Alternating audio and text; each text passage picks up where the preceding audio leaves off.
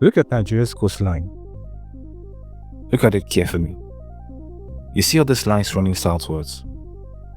These are river lines, estuaries, waterways, tributaries, all of them flowing southwards, all of them terminating at the Atlantic Ocean.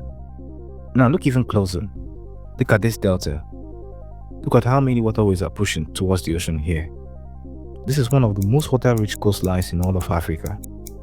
And everywhere along this coastline, wherever these waters meet the sea, Nigeria built a port. Lagos right here on the water, Harcourt on the Niger Delta, Warri on the Warri River estuary, Calabar on the Cross River. Now watch what happens when we move away from the coastline and go inland into the southeast. Look close at the bottom of this map, right here, on the southern tip of Abia State. You will see a river, the Azumini River, known locally as the Blue River, named for the extraordinary clarity of its water, said to be the clearest, most distinctively blue river in Nigeria. Now follow this river southwards on the map, slowly, all the way from Azumini town to the coast. It connects directly to the Atlantic Ocean, 19 nautical miles from the high sea. A few days ago, the Abia State government made an announcement about this river that got everyone talking. Governor Alex Otti approved the commencement of a feasibility study for the proposed Azumini Obeaku Seaport, an inland waterways corridor. Yes, you heard it right, a seaport in the southeast. And today, we're going to make a case for why this seaport is not just a dream. It is viable.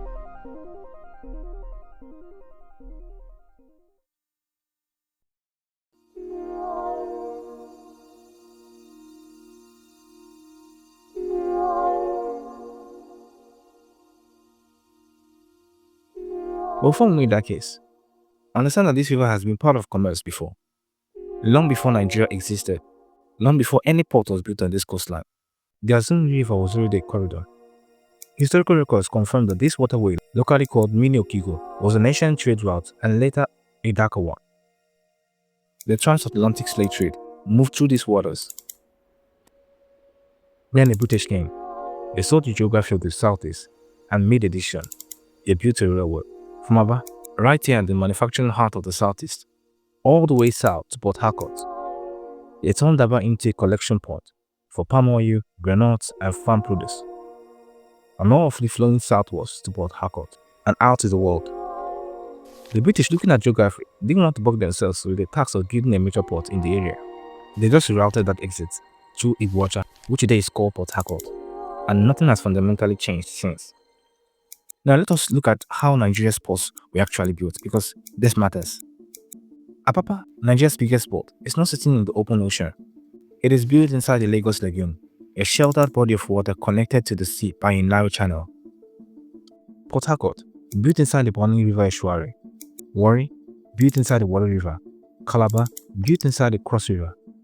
Every major port in Nigeria was built inside a river or an estuary, not open sea. Azumini fits that exact same geography. And if you look beyond Nigeria, at the world's greatest ports, like in Hamburg, Germany, one of the busiest ports on earth, 65 nautical miles from the North Sea on the Elbe River. And not so far away is the port of Antwerp, Belgium, Europe's second busiest port, 80 kilometers from the North Sea on the Scheldt River, capable of handling deeper draft vessels up to 16 meters, 0.5 meters shy of the Lekki Deep Sea Port, the deepest seaport in Nigeria. Across the ocean is the port of Kolkata, India, one of Asia's most historic ports, 18 nautical miles from the Bay of Bengal on the Hooghly River, whereas Azumini is 19 nautical miles from the sea. So geography is not a weakness. Rather, geography is one of the strongest arguments of why this can work. Now here's the economic argument that makes this conviction urgent. Every year, billions of dollars worth of goods arrive at the ports of Lagos, which of course handles 95% of Nigeria's import, container after container, ship after ship. And according to data from the Nigerian Inland Waterways Authority, Nnewi, 65% of all container imports arriving at the ports of Lagos are ultimately destined for the southeast. Let that sink in. More than half of Lagos port traffic is heading to the southeast anyway. Right now, all of that cargo has to be offloaded in Lagos, loaded onto trucks, and driven hundreds of kilometers through congested roads to reach its final destination in the southeast. This is the cost. That is the inefficiency. And that is the money the Southeast is leaving on the table every single day. A functioning seaport at Azumini captures that traffic directly. Ships that are already heading to deliver goods to the Southeast can now come directly. No Lagos stop, no truck journey, no added cost. The demand already exists. The port does not need to create a new traffic. It just needs to redirect the traffic that already belongs to the Southeast. Now let us talk honestly about the cost, because building a port on a river requires dredging. The riverbed must be deepened, the channels widened, and maintained continuously because rivers silts up naturally over time. This is not cheap. For context, the Lekki Deep Sea Port cost approximately $1.5 billion to build. A river port at Azumini with a smaller phase development would likely cost significantly less, especially if developed in phases, starting with a smaller inland port capable of handling mid-sized vessels and expanding capacity over time to take in the biggest vessels as traffic and revenue grow. China Harbour Engineering, the same company now partnering with Abia State, already knows this story. They built Lekki, they understand Nigerian port infrastructure, and they have already identified the 4 factors that can make this viable: government commitment, funding structure, public-private partnership, and phased development. But here's where this project could go from good to transformational. What if the Azumini Seaport was anchored inside a free trade zone? A free trade zone around the port would mean business operating within it pay reduced or zero imports or export duties. That attracts foreign manufacturers who want a base inside Nigeria without the full burden of Nigeria import tariffs. It attracts logistics companies, warehousing, processing, light manufacturing. Look at what free trade zones have done elsewhere in Nigeria. The Lekki Free Trade Zone, anchored around the Lekki Deep Sea Port, has attracted billions in foreign investment and thousands of jobs. So Azumini with its free trade zone designation does not just become a port, it becomes the economic anchor of the entire Southeast. So in this series, we have been building this map, the Eastern Corridor, the spine of economic activity running through the Southeast. Abia, Onitsha, Nnewi, Enugu. But every corridor needs an exit point. A manufacturing zone with no port is a factory without a loading dock. Azumini is that exit point. Goods manufactured in Nnewi, processed in Abia, exported from Azumini to the world. For the first time, through the Southeast infrastructure, not Lagos or Port Harcourt, the Southeast.